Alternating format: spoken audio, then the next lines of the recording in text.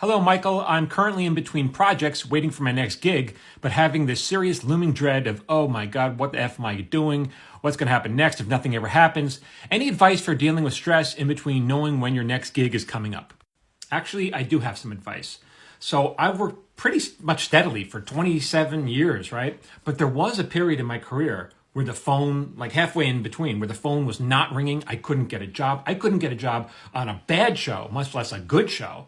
Me and my partner were freaking out. Like, what happened? Why can't we get work? What's going on here? And I became upset, bitter, difficult to be around, worried, nervous. There was a cloud over my head. I was awful, right? At the same time, I was in a private Facebook group for Italian expats living in Los Angeles because I was studying Italian. I was like, okay, I'm a lurker. I'll just be a lurker in here. And when people say something, I'd write down how they'd say it. And that's how I would learn.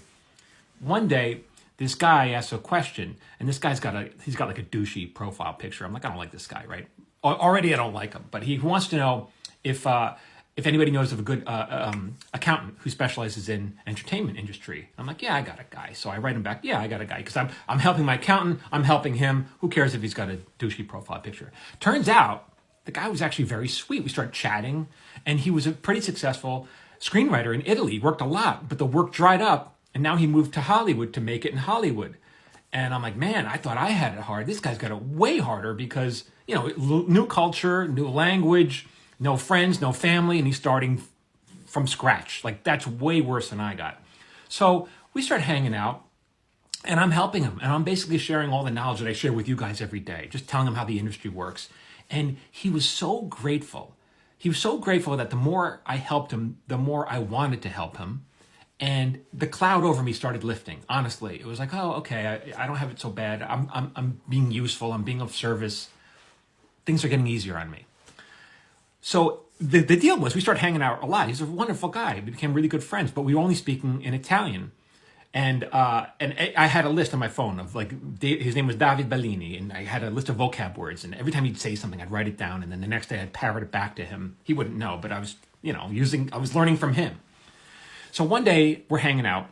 My phone rings. It's my agent. At this point, you jump on. You always take that call from the agent. They're impossible to get on the phone. So Mr. Hollywood takes my agent's calling. And I talk to my agent. Turns out we get an offer to run the show Marin, which way better than any of these horrible jobs that I couldn't get. Thank God for Marin. We did that for 4 years, and now we're back in. We're back in Hollywood. We're working again, and we're well respected because it's a good show. And I get off the phone with my agent. I go back to talking to David, and he's looking at me like he's never seen me before. I'm like, what? Ma che cosa? Right? Italian. He says, when you speak in English, you sound so different. You are a completely different person. And I start laughing. I'm like, yeah, that's because when I speak in Italian, I sound exactly like you because I'm learning from you. I'm you, basically. Right? We're laughing about that. Anyway, it was maybe a couple of months later or something like that. No, it was actually maybe a year or so later. I was running a mixing session for Marin.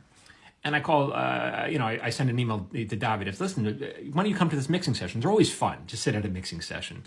We'll hang out and, have fun. And he's like, great, thank you. And then the morning of, I get an email from him.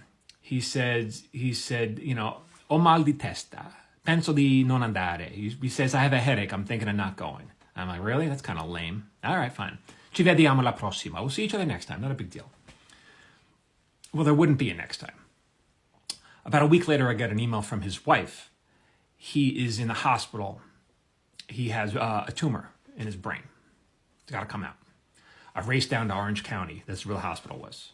Wow, oh my God, right? They transfer him to City of Hope, which is closer to my house. And every week, once a week for the next several months, I'm visiting him in the hospital. I'm bringing food every time. He doesn't look the same at all.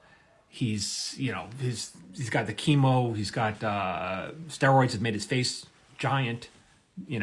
And his parents flew in from Italy. They didn't speak English, so I'd translate. When the doctors and nurses came, I'd tell them what's going on. And every time I came to visit, he's slipping away. He's becoming somebody completely different. I asked, I was like, is this because of the cancer in his brain, or is it the chemo? Because it's something called chemo brain, where it changes your personality. You become completely different. His mother said to me, David non è ancora David. David is no longer David. It was heartbreaking. It was horrible. The last time I saw him, he was in a wheelchair, almost unrecognizable at this point. It was only 6 months later at this point. And he takes my hand and he says, "Michael, thank you for everything." I say, "No, thank you for everything." And I meant it. I thank him because he had changed me. Helping him change me. It really helped me a lot.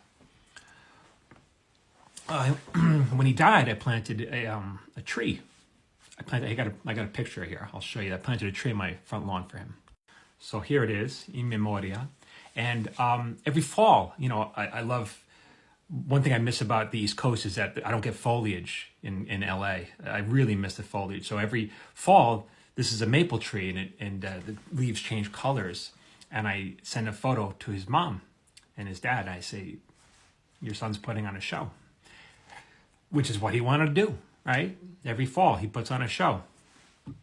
I was in Italy over the summer in Firenze, and I called his parents. There they are, and we went out to lunch, and it was lovely. And his parents got a chance to talk to someone who sounded exactly like their son.